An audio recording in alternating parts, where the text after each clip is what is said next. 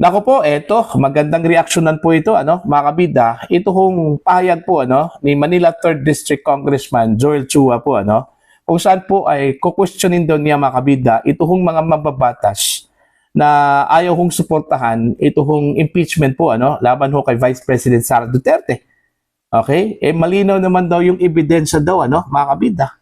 Okay? Ano pa ba ang gusto po ng mga mababatas na ito, para mag-say ng yes o suportahan ito hong impeachment laban ho sa Vice Presidente, mga kabida, po. Eto, babasahin ko lang po ito hong article ng The Politics News, mga kabida. Sabi dito, mga kongresista na hindi pabor sa impeachment ni VP Sara dapat questionin ayon kay Rep. Chua, mga kabida. Naniniwala si Manila City 3rd District Representative Joel Chua na nararapat lamang na questionin ang mga miyembro ng House of Representatives na boboto ng no sa impeachment laban kay Vice President Sara Duterte. Ayon kay Chua, dapat lamang umano na magpaliwanag ang mga mababatas na kokontra pa rin sa impeachment ni Duterte sa kabila ng mga ebidensya na ipinakita sa House Committee on Justice. Okay, ito yung sinabi po ni Chua po, mga kabida. Dapat tunungin po natin sila kung bakit sila boboto ng hindi. Kung ang ebidensya naman ay overwhelming, wala naman pong ipresenta ang defense team ng Vice President kahit isang ebidensya ani Chua po, mga kabida.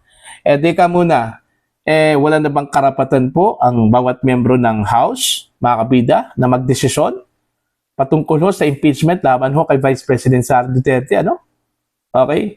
Paulit-ulit po itong sinabi ng ilang mga leaders ng partido dyan sa House of Representatives, mga kabida, na yung kanilang mga miyembro po ay malayang magdesisyon. Dahil yung mga miyembro po nila, mga kabida, may mga pag-iisip na po, Okay?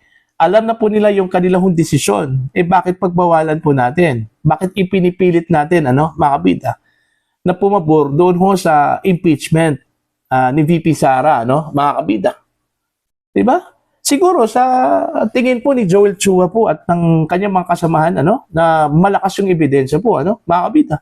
Pero doon ho sa mga ayaw hong sumuporta, baka alanganin para sa kanila yung ebidensya. Kasi unang-una po, hindi naman po substantiated yun eh.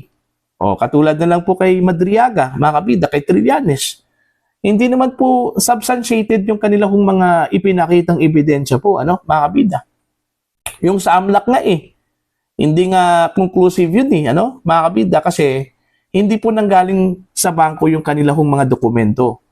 Okay? Yung kanilang ipinakita ng mga bank accounts ni Vice President Sara Duterte at saka Attorney Manscarpio, ang mas mainam po doon, mga kabida, okay, kung meron pong original at authenticated na certification mula sa bangko na talagang nag-exist yung mga accounts na yon, mga kabida, po. Yun yung dapat. Okay, hindi ho doon lang sa AMLAC, mga kabida. Hindi naman po natin sinasabi, na gumagawa lang po, ng dokumento itong AMLAC po, mga kabida.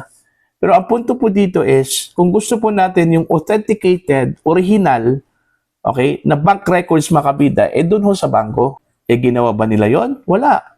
Walang authentication na ipresenta po itong si Trillanes, mga kabida, mula sa bangko. Pati si Madriaga din, mga kabida. So, paano ho natin masasabi na overwhelming yung ipinakita na ebidensya nila, mga kabida? Diba? One-sided na po yun Okay? Kung kumbinsido po ang ilang mga mababatas, mga kabida, na overwhelming yung ebidensyang ipinakita, huwag ho nilang ipareho po doon ho sa mga mababatas na ayaw hong kagatin yung mga ebidensya na yon. Okay? Kaya nga, meron po silang sariling desisyon Okay? Huwag ho nating ipilit kung ano yung desisyon po ninyo, okay? Congressman Chua, huwag hong ipilit doon ho sa iba. Kasi kanya-kanya yung appreciation po ng evidence. Kung maganda para sa iyo, kung mabigat para sa iyo, yung sa iba hindi. Ganun lang po yun. Malaya po sila, mga kabida, Tapos, kukwestiyonin po ninyo kung bakit nag-no o bakit mag-no. Ito kung mga mababatas na ito. Hindi naman po tama 'yon, 'di ba? Sa pilitan na po 'yun eh. Baka, 'di ba? Mga kabida. O see?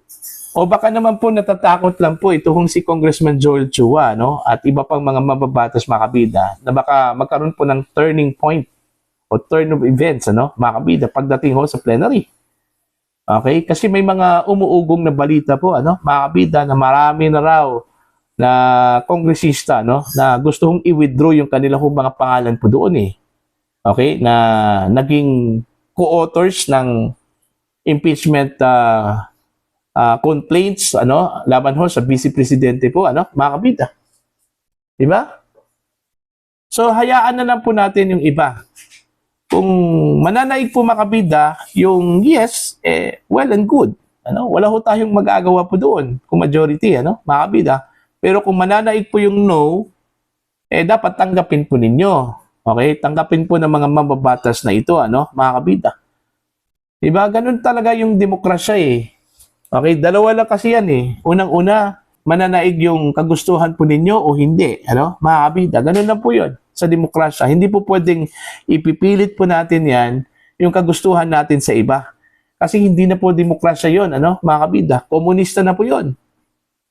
Alright? Authoritarian na po yon, ano, mga kabida. Diba? So, ganun lang po, ano, mga kabida.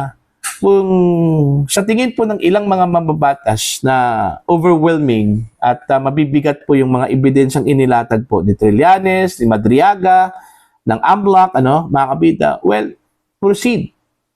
Okay, hayaan natin yung iba po mag-desisyon kasi magdedepende yan sa appreciation po nila, no, mga kabida. Katulad po ng mga abogado, hindi ho lahat ng mga abogado isang ayon po sa mga panukala po, ano, mga kabida. Okay? Kanya-kanyang interpretasyon yan sila eh. Kaya nga wala hong mananalo kapag magdebate yung dalawang abogado kasi kanya-kanyang interpretasyon yun eh. Okay? So, ganun din yun dyan sa House of Representatives. Okay? Kanya-kanyang interpretation dun ho sa ebidensyang inilatag po, ano, mga kabida. So, yun po, ano, yun lang po yung hindi ko nagustuhan po dun ho sa statement ni Congressman Joel Chua. Kung totoo man po yung kanyang statement, ano, yung nilagay dito, ano, isinulat po ng The Politics News po, ano, mga kabida. Okay? Ito, nagre-react lang po ako, ano, dito ho sa post ng The Politics News, ano, mga kabida. Okay? So, yun po, no? Antayin natin yung botohan po, no, mga kabida, dyan po sa plenary, and I think ito po ay mangyayari po sa May 11 po, ano, mga kabida. Alright? Antayin natin kung talagang overwhelming ba yung ebidensya na ipinakita po, ano, dyan sa Committee on Justice. Kasi kung overwhelming po, mga kabida, wala naman pong rason po, ano, mga kabida, yung mga mababatas na hindi ho i-appreciate yung mga ebidensya na yon. At wala naman pong rason, ano, mga kabida, kung sa tingin po ng ilang mababatas na basura po yung ebidensya na yon dahil hindi ho substantiated, ano, mga kabida. Okay? Boboto talaga sila ng no. Okay? So, abangan po natin yan, okay, sa plenary, kung makukuha ba ng mga pro-impeachment congressmen, ito hong 106 votes po, ano, mga kabida, mula sa mga miyembro po ng House of Representatives. May umuugong nga na balita po, ano, mga kabida, na meron na raw inilabas na pondo para ho sa mga mababatas, ano, okay? At sinasabi ho nilang appearance fee daw yun, okay? Para maingganyo daw yung mga mababatas po, ano, mga kabida, na bumoto po ng yes. Although itinanggi po yan, ano, mga kabida, ng mga stalwarts dyan po sa House of Representatives ay hindi daw totoo yun, ano, intriga lang daw yun, ano, mga kabida. Well, kahit na intriga o totoo yun, mga kabida, magdedepende pa rin yun, ano, sa mga mababatas, yung kanilang desisyon, ano, mga kabida. Ako, kampante po ako, ano, mga kabida, na marami pa rin dyan, ano, sa House of Representatives na hindi ho madadala po, ano, sa anumang halaga po ng pera, ano, mga kabida. Okay, naniniwala pa rin ako na marami hong mga mababatas dyan na konsensya yung kanilang paiiralin po, ano? Ebidensya ang paiiralin po nila, mga kabida. Okay? kung sa tingin po, majority of the members of the House of Representatives na overwhelming, walang takas po, ito kung si Vice President Sara Duterte, yung kanilang appreciation po sa ebidensya po mga kabida ay undisputable, wala po tayong magagawa po doon, kung ganun yung kanilang appreciation. Basta ang importante doon mga kabida, may sarili silang desisyon. Hindi ho pinipilit po, mga kabida. Wala hong pressure na mangyayari po. Kasi pag once meron pong pressure po mga kabida, dun ho sa pagdedesisyon po ng bawat miyembro po ng House of Representatives, hindi na po sa kanilang kalooban yun, mga kabida. Okay? Desisyon na po yun ng majority. Hindi na po sa kanila po, mga kabida. Diba? Well, marami naman pong naniniwala po, mga kabida, na kahit na po lumusot yung impeachment dyan po sa House of Representatives, mananaig pa rin yung katotohanan po mga kabida pagdating ho sa Senado, mga kabida. Kaya nga marami hong pumabor, na mailusot ito hong impeachment dyan po sa Senado para magkaroon po ng pagkakataon daw, ito hong si Vice President Sara Duterte na i-depensa yung kanyang sarili po, mga kabida. Kasi sa House, talo po siya dun mga kabida. Kahit na binigyan po siya ng pagkakataon po, na magpakita po doon, okay, mga kabida. Pero sa palagay po ni VP Sara po mga kabida, kahit na magpakita po siya doon, talo pa rin siya, Kasi yung mindset po ng mga mababatas, nakafocus na po doon ho sa kanyang impeachment. Okay? Kahit na po maglatag po siya ng ebidensya doon to refute yung mga ipinakitang ebidensya po mga kabida, hindi pa rin siya mananalo po doon, Kasi nakaset na kasi yung kanilang mind, yung kanilang pag-iisip po, na kailangan pong i-impeach ito si Vice President Sara Duterte. Yun yung impression po, mga kabida sa kanila. Okay? So, antayin natin yung plenary. Kung mananaig man po yung yes, well, magkita-kita ho tayo sa Senado, mga kabida. Pero kung mananaig po ang no, kalimutan na natin yung impeachment at mag-move on na ho tayong lahat, mga kabida. For your comment and for your opinion, please comment down. Sa mga hindi pa po subscriber po sa akin channel, please subscribe. Just click the subscribe button, click the notification bell kay all para updated po kayo mga kabida sa aking mga uploads. Maraming salamat po sa inyo lahat.